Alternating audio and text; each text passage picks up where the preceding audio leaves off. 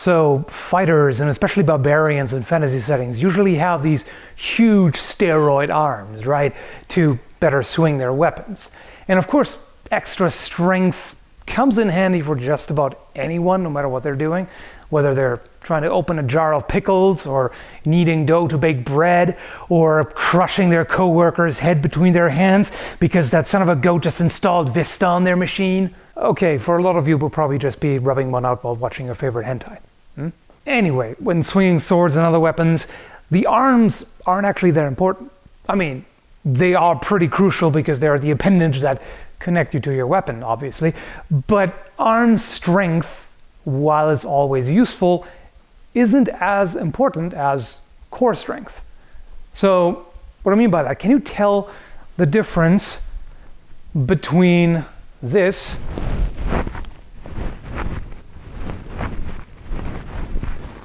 and, by core I mean this entire area, so upper legs, hips, abs, these all work together.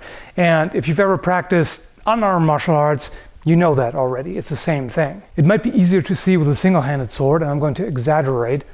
So, see that? So the hips move. With a polearm, it's also very obvious. This practice version here is from Purple Heart Armory, by the way. Link down below if you're interested in that. So if I swing, I don't just want to do this. This would be arms alone. It's not very powerful.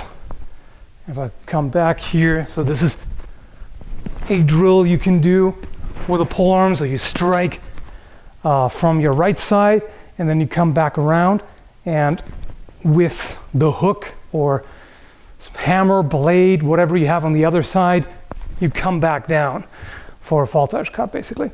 And this really drives home the importance of engaging the core.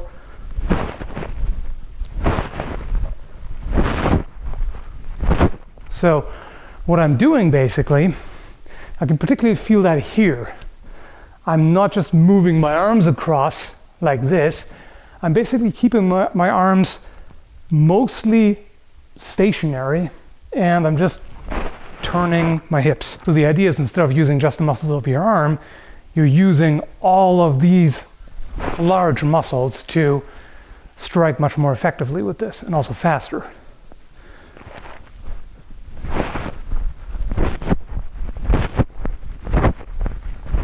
Another advantage of that is if you're practicing historical martial arts, you also get a better workout because you're engaging a lot more muscles. It's way more exhausting.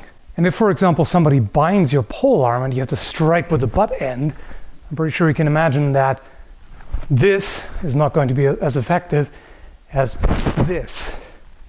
So you're really increasing the follow through and the power output this way.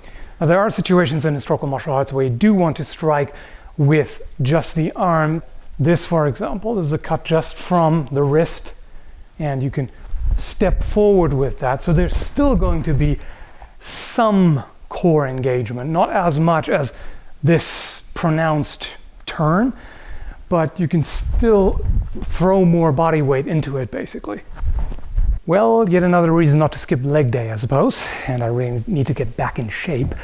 But anyway, I hope you found this interesting. Maybe you learned a thing or two, and thanks for watching. If you haven't seen it before, I've got an Amazon store where I list certain things that I personally recommend, like swords, knives, video and audio gear, tools, etc. And I'll keep adding new stuff in comments. The link is down below.